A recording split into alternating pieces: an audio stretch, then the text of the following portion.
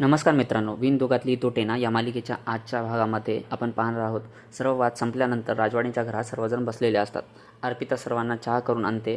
तो चहा पिल्यानंतर तिची सासू सासरे तिचा चहाची प्रशंसा करतात. म्हणतात, अरे वा, छान झाला आहे चहा. त्यावर काकू म्हणतात, अहो माझी मुलगी वाईट नाही हो, थोडीशी तापड आहे, तुम्ही समजून घ्या ना तिला. जर तुम्ही समजून नाही घेतलं तर कोण घेणार. त्यावर आजी म्हणतात, अगं घेतायत ना ते समजून, घेऊन जात आहेत ना तिला घरी, आणखी काय हवं आहे. आणि अंशुमान आणि सुष्मिताला सांगतात की प्रतीक्षाला सांगा की बाळाला घेऊन या आणि अर्पिताची बॅग पण गाडीमध्ये ठेवा. नंतर अर्पिताचा नवरा राजवाडेचा आभार मानतो. त्यावेळी आजी त्यांना म्हणते, आभार मानायची काही गरज नाही, तुम्ही फक्त सुखाने संसार करा, एवढंच म्हणणं आहे आमचं. इकडे मंदाताईच्या घरी बीसीसाठी आलेली महिला मंडळ ताईंना म्हणत असते, तुमची सून आहे की तोफ आहे, जीवेवर बिलकुलच ताबा नाही तिच्या. त्यावर मंदाताई त्यांना सांगते, नाही तसं काही नाही, थोडीशी तापड आहे ती. आणि अधिराला म्हणते, जा त्यांची माफी माग. तेव्हा अधिरा म्हणते, मी का माफी मागू, त्यांनीच माफी मागितली पाहिजे आपल्या फॅमिली मॅटर्सवर कमेंट केल्याऐवजी. तेव्हा एक महिला म्हणते, राहू द्या वंदाताई, स्वतःला जपा, जर ही असली सून असेल तर काही खरं नाही तुमचं, आम्ही येतो आता. एवढा अपमान झाल्यावर कशाला तुमच्या इथे. आणि सर्व महिला तिथून निघून जातात. त्यानंतर वंदा आदिराला म्हणते, झालं समाधान, दरवेळी चार चौकांमध्ये अपमान करण्याची सवयच आहे तुला, आज पण नाक कापलंस तू माझं. तेव्हा आदिरा म्हणते, तुम्ही अजूनही मलाच ब्लेम करता आहात, त्या बायका कशा बोलत होत्या ते नाही दिसलं तुम्हाला. तेव्हा मंदाकिनी म्हणते, तुला काय गरज आहे नाक खुपसायची, कशाला मध्ये नाक खुपसते तू, आधीच सगळे बोलतात मंदाची सून अशीच करते तशीच करते, अशीच वागते तशीच वागते, आणि अजून तू त्यांना चर्चेचा विषय दे. आता सगळे सोसायटीमध्ये होणार, सगळे बोलणार, आदिराची बहीण अर्पिता सासूच्या छळ करते, तिला मारते, तिचा हात पिरघळते.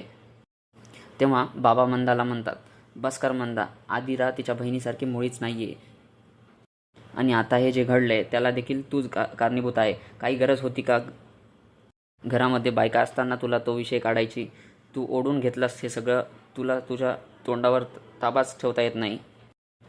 तेव्हा मंदा म्हणते, बोला बोला, तुम्ही बोलून घ्या, पण आता मी हे सहन नाही करणार आहे. उद्या ही काही पण करेल, काय सांगू शकतो आपण, पण ही माझ्याशी अशी वागली ना तर लक्षात ठेव, गाठ माझ्याशी आहे, खपवून घेणार नाही मी, सांगून ठेवते आधीच. इकडे अर्पिताच्या सासरचे राजवाड्यांच्या घरातून निघत असतात, तर काकू समरला म्हणते, मी त्यांना बाहेरपर्यंत सोडून येते. अर्पिताला जरा चार शहाणपणाचे शब्द सांगून येते आणि तिथून निघून जाते. त्यानंतर आजी राजवाड्यांना म्हणते, पिंट्या, वाईट वाटून घ्यायचं काहीच कारण नाही रे, अगदी बरोबर केलंस तू, आणि त्यांना जाऊन फ्रेश व्हायला सांगते. त्यानंतर आजी स्वानंदीला म्हणते, अर्पिता सासरी गेली ते अगदी बरं झालं, ती जर इथे राहिली असती तर तिने तुला आणि पिंट्याला शांतपणे संसारच करू दिला नसता. तेव्हा स्वानंदी म्हणते, जग इकडचं तिकडं झालं ना तरी आम्ही सॉलिड टीम असू, आमच्या दोघांमध्ये कोणीच काहीच येऊ नाही शकणार, आजी लक्षात ठेवा तुम्ही. इकडे दुसरीकडे अधिरा आता तिच्या रूममध्ये सर्व इकडे तिकडे फेकून धुमाकूळ घालत असते. तेव्हा रोहन तिला शांत बसवत म्हणतो, जे काही झालं त्याची मी माफी मागतो, तू शांत हो. तेव्हा अधिरा म्हणते, रोज मी शांतच बसत आहे, तू कशाला माफी मागतो, त्यांनी माफी मागायला पाहिजे, ते कधी मागणार आहेत माफी. अगदी शेवटच्या क्षणाला त्यांनी सांगितलं की त्या बायका येणार आहेत, ते मी त्यांच्या नजरेतील आदर्श सून नाही आहे, आणि मला ते व्हायचं पण नाही आहे. त्या मला वाईटच म्हणतात रोज, आणि त्या बिल्डिंगमधल्या बायका चहा आणि भजे खाऊ घालायला माझा जन्म नाही झाला आहे. आणि म्हणते, आपल्याला इथे काही फ्रीडम नाही आहे का या घरात, कुठे पण जायचं तर त्यांची आधी परमिशन घ्यायची का आपण. या सर्व गोष्टींचा माझ्या कामावरती, माझ्या मेंटल पीसवरती परिणाम होत आहे. आय हेट दिस. इकडे दुसरीकडे स्वानंदी राजवाड्यांना काढा घेऊन येते. तेव्हा राजवाडे, नको, माझी इच्छा नाही असं म्हणतात. तेव्हा स्वानंदी सांगते, हरकत नाही, थोड्या वेळाने घ्या, तुम्हाला बरं वाटेल. आणि म्हणते, उद्याची काही तयारी करायची असेल तर सांगा, आणि शांत गाणी लावू का विचारते. तेव्हा राजवाडे म्हणतात, मला शांतता हवी आहे. तेव्हा स्वानंदी म्हणते, मी पण बोलू नको का. तेव्हा राजवाडे म्हणतात, तुमचे जेवढे आभार मानले तेवढे कमी आहेत, तुम्ही नेहमी आउट ऑफ द बॉक्स जाऊन सत्याचा शोध लावा. स्वानंदी म्हणते, का, पण कशाला स्वतःवर चिडता तुम्ही काही केलेलं नाही, तुमचा काही दोष नाही त्यात. तेव्हा राजवाडे म्हणतात, काही न करण्याचा सुद्धा खूप मोठा दोष असतो. ॲक्च्युली मी याचाच काहीतरी करायला हवं होतं. मी जरा हे रचलेलं भांडण थोडं लाईटली घेतलं. मला वाटलं नवरा बायकोचं भांडण असेल साधं, ते मिटेल. पण अर्पिता एवढं मोठं कारस्थान करेल हे कधी मला स्वप्नातही वाटलं नव्हतं. काय मिळालं तिला इतकं सगळं करून? दोष माझाच आहे. मी कुठेतरी कमी पडलोय.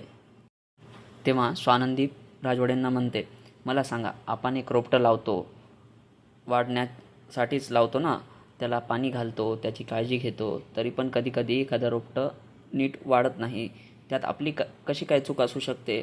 संस्कार करणं आपल्या हातात आहे, पण अकस्मात करण्याची पण एक कला लागते. राजवाडे म्हणतात, अर्पिता कोणी परकी नाही हो, माझी बहीण आहे.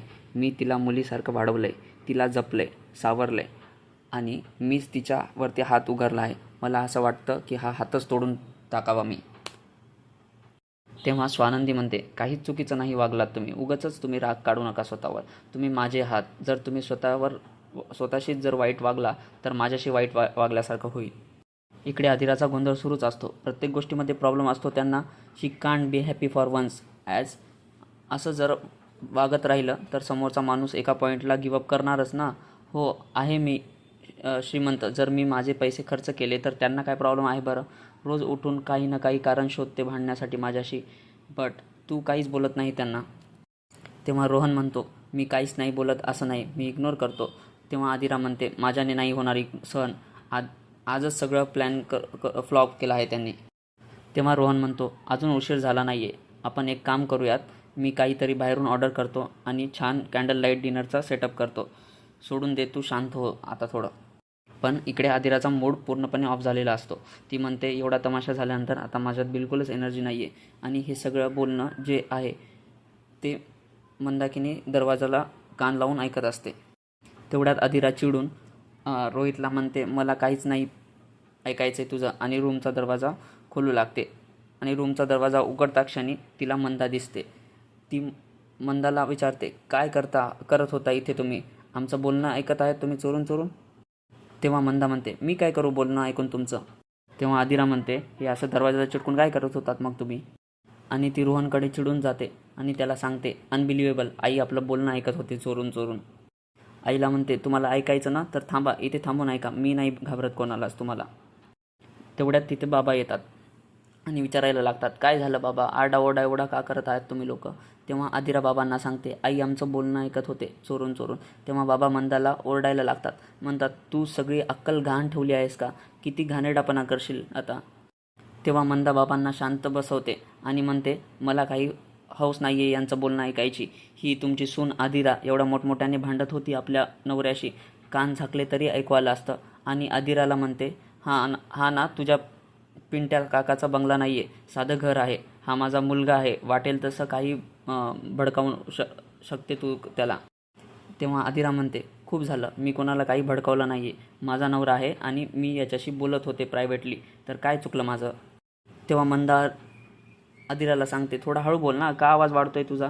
तुला वाटत नाही का आवाज वाढतोय? असं बोलायची गरज आहे का एवढा जोरात? तेव्हा रोहन आणि बाबा दोघींना पण शांत करतात आणि बाबा मंदाला म्हणतात, अगं थोडं सुखाने जगू दे, कुठल्या तरी वेळी घरात शांतता नांदू दे ना जराशी. मग तेव्हा मंदा शांतपणे चिडून तिथून निघून जायला लागते. जाता जाता ती तिथे पडलेल्या ओढणीला जोरात लाथ मारते. तेव्हा ती अधिरा थांबवते आणि म्हणते, तुमचं तर पाय दुखत होता ना, आता काय झालं? बाबा पण विचारतात, त्या महिलांसमोर तर तू लंगडत लंगडत चालत होती, आता झालं काय? तेव्हा मंदाला लक्षात येतं की आपला प्लॅन फेल गेला आहे. यांना कळालं आहे आपण नाटक करत होतो. आणि ती कावरा बावरा बोलत म्हणते, माझं मन दुखवलं आहे हिने आता खूप जास्त. तू माझ्या मनावर घाव घातला आहे, असं म्हणते अधिराला. तेव्हा अधिरा म्हणते, हे काम तुमचं आहे, मी करू शकत नाही. हे काम तुमचं आहे, तुम्हीच करता रोज आवडीने. अधिरा मंदाला म्हणते, मी ना तुम्हाला आज एक सल्ला देते, तुम्हाला पटो ना पटो, तुम्ही ना एक खरं वागत जा, फॅमिलीला धरून राहत जा आणि भांडण बिलकुल करत नका जाऊ.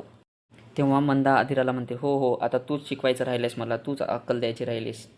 तेव्हा अधिरा मंदाला म्हणते, हो द्यावीच लागणार आहे, कोणीतरी तुम्हाला शिकवावंच लागणार आहे ना. तेव्हा मंदा बाबांना सांगते, बघा बघा कशी बोलते ही. तेव्हा अधिरा मंदाला म्हणते, मी लग्न करून आल्यापासून बघत आहे, तुम्ही ना फक्त आणि फक्त मला त्रासच दिला आहे. पण बाबा आणि रोहन यांच्या प्रेमांमुळे ना मला आपली ही छोटीशी जॉईंट फॅमिली आवडायला लागली आहे. फक्त आणि फक्त तुमच्या या वागण्यामुळे मला घरातसुद्धा थांबायची इच्छा होत नाही. तर मंदा म्हणते तिला, हो आली मोठी तोंडवर करून सांगायला, तू उगं काही पण खोटं बोलू नको, मला माहिती आहे तुला सासर हे बिलकुलच आवडत नाही. उठसूट माहेरी पळत असतेस तू. तेव्हा आदिरा म्हणते, नाही नाही अजिबात नाही, मी कधीच उठसूट माहेरी पळत नसते. आता तुम्ही जरी काही बोललात ना, तर हे घर मात्र माझं आहे आणि तुम्ही सगळे माझी माणसं आहात. तुम्ही किती प्रोवोक केलं ना, तरी मी हे घर सोडून निघून नाही जाणार आहे. कारण पिंट्या दादांनी माझे खूप मोलाचे संस्कार केलेले आहेत. हे असले तोडायचे नाही. आणि तिथून निघून जाते आणि इकडे राजवाडे स्वानंदीला बोलतात, असं कसं बोलता स्वानंदी मॅडम, या घरचा नियम आहे, कुठल्याही स्त्रीवर बिलकुल हात नाही उचलायचा. पण मी आज तेच केलं आहे. अंशुमनला सुद्धा या बाबतीत आपण शिक्षा दिली आहे. मग आता अंशुमनमध्ये आणि माझ्यामध्ये काय फरक राहिला आहे? तेव्हा स्वानंदी समजून सांगत राजवाड्यांना म्हणते, अहो तुम्ही अर्पिताताईंवर हात उगारला कारण की त्या माणूस म्हणून चुकल्या होत्या. आईच्या वयाच्या सासूंवर त्यांनी हात उगारला होता. ते त्यांच्याशी चुकीचं वागल्या म्हणून तुम्ही त्यांच्यावर हात उगारला आहे ना. काय चुकीचं केलं आहे तुम्ही? आणि सगळ्यात मेन मुळात अर्पिताताईंना या सगळ्या वागण्याचा कुठलाही पश्चाताप नाही झालेला आहे. ही सगळ्यात मोठी बाब आहे. आणि तुम्हीच म्हणालात ना, त्या तुमच्या मुलीसारख्या आहेत. मग जर का मुलगी चुकली असेल तर वडील धपाटे घालणारच ना मुलींना. त्याच्यामध्ये कसला आला दुष्टपणा? आपलं मूल बरोबर वागावं अशी काळजी असते पालकांना. मुळात तुम्ही अर्पिताताईंची चूक दाखवून देण्यासाठी त्यांच्यावर हात उगारला आहे. आणि अंशुमान त्याला बरं वाटावं, छान वाटावं, कूल वाटावं म्हणून तो लोकांवर हात उगारत असतो. फरक आहे त्यामध्ये. आतिरा आणि अर्पिता दोन्ही घरच्या मुली आहेत, तर त्यांना जे जे पाहिजे ते मी पूर्णपणे पुरवलं आहे असं सांगत असतात राजवाडे. संस्कारही तसेच केले आहेत. तरी आदिरा बिलकुलही असं वागणूक दाखवत नाही, व्यवस्थित राहते. माणसं, कुटुंब हे तिला सगळी व्यवस्थित कळतात आणि बिलकुल ती आपल्यासारखी आहे. तेव्हा स्वानंदी म्हणते, मी तर म्हणेल आपल्यापेक्षा जास्त आदिराच नाती जपते. माझ्या माहेरी त्या बिचारीला किती ॲडजस्ट करावं लागतं हे मलाच माहिती आहे. आपल्याला बिलकुल तिच्या मदतीला जाता येत नाही दरवेळी, पण तीच व्यवस्थित हँडल करते, सर्व व्यवस्थित वागते, सर्व लोकांना हँडल करते. तेव्हा राजवाडे सांगतात, आणि अर्पिताचं बघ ना, एवढं सगळं चांगलं सासर आहे, एवढं मुलगा चांगला आहे, एवढं सगळं सुखाचं सासर आहे, फक्त सुखाने नांदावं त्यांनी, एवढीच आपली इच्छा आहे, पण अशी वेड्यासारखी वागत असते ती. तेव्हा स्वानंदी त्यांची समजूत घालत, राजवाड्यांची समजूत घालत म्हणते, करेल होती, आता भेटला आहे ना तिला चान्स, करेल ती व्यवस्थित, हळूहळू होईल सर्व. आणि स्वानंदी विचारतात, आता बरं वाटते का राजवाडे? तेव्हा राजवाडे म्हणतात, तुमच्याशी बोलून ना नेहमीच बरं वाटतं मला. आणि राजवाडे थोडं रोमॅन्टिक मोडमध्ये येतात. केमिस्ट्री बनायला लागते त्यांची आणि म्हणते, तुम्ही ना माझं गोड औषध आहात. तेव्हा स्वानंदी म्हणते, आता माझं बोलणं ऐका, हा काढा पण पिऊन टाका तुम्ही. राजवाडे तो काढा पितात आणि स्वानंदी त्यांना म्हणते, गोड. राजवाडे त्यांना म्हणतात, सॉरी. तेव्हा स्वानंदी विचारते, अरे सॉरी कशाला? तेव्हा राजवाडे म्हणतात, तुमचं ऐकलं नाही, तुमच्यावर विश्वास ठेवला नाही ना म्हणून. स्वानंदी म्हणते, जाऊ द्या. तेव्हा राजवाडे म्हणतात, नाही नाही, जाऊ देणार नाही, जाऊ तर बिलकुल देणारच नाही. मी प्रॉमिस करतो तुमच्याशी, आता हे परत असं माझ्याकडनं घडणार नाही कधीच तुम्हाला प्रश्न करणार नाही. त्यावर विश्वास ठेवेल दरवेळी, पण चुकूनही शंका बिलकुल घेणार नाही तुमच्यावर. आणि तुम्ही एक मला प्रॉमिस कराल का प्लीज? काकूबद्दल जो हा तुमचा संशय आहे ना तुमच्या मनात, तो काढून टाकाल का प्लीज? काकूंवर माझा स्वतःपेक्षा जास्त विश्वास आहे. काकू बिलकुलही वाईट नाही आहेत. आणि राजवाडे स्वानंदीला हेडकिस करायला लागतात आणि छानशी गोड हेडकिस करून ते तिथून निघून जातात. तर हा आजचा भाग इथेच संपवण्यात आला आहे. पुढे आपल्याला काय काय बघायला भेटणार आहे ते आपण पुढच्या व्हिडिओमध्ये पाहणार आहोत. असेच नवनवीन व्हिडिओ पाहण्यासाठी आमच्या चॅनलला सबस्क्राईब करा, व्हिडिओला लाईक करा, शेअर करा.